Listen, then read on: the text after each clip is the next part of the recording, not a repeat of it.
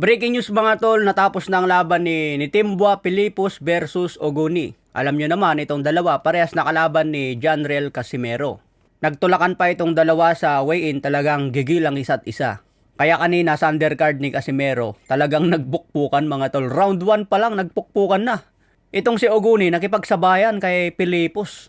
Kaya ang nangyari mga tol, bagsak ang inabot ni Oguni. Kahit hilong-hilo na kasi itong si Oguni, nakikipagsabayan pa rin. Yun ang mistake niya doon. Kaya 2 beses tuloy bumagsak si Oguni.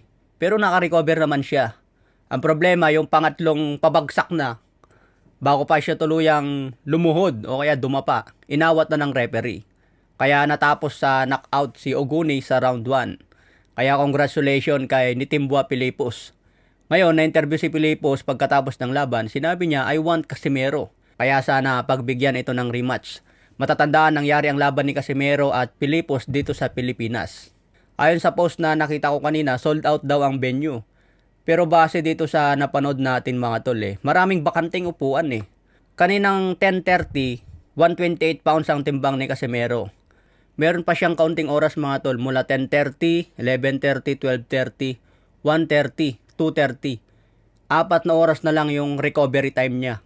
So talagang mahirap yun. Makarecover man si Casimero pero mahirap siguro i-absorb ng katawan yung pag-recover na yun.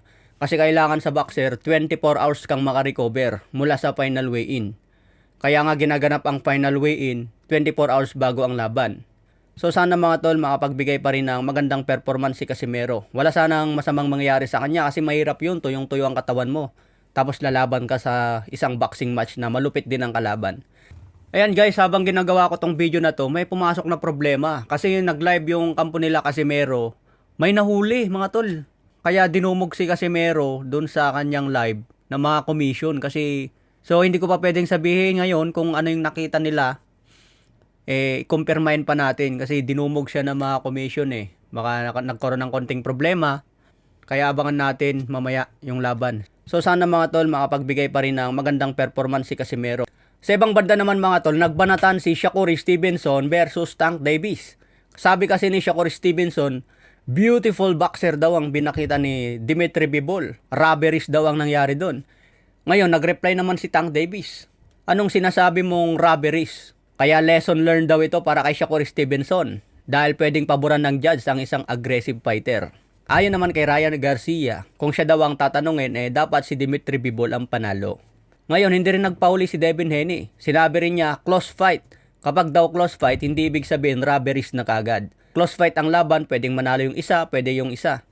Kaya hindi raw ito robberies mga tol. Okay mga tol, laban na lang natin, laban ni Cuadro Alas.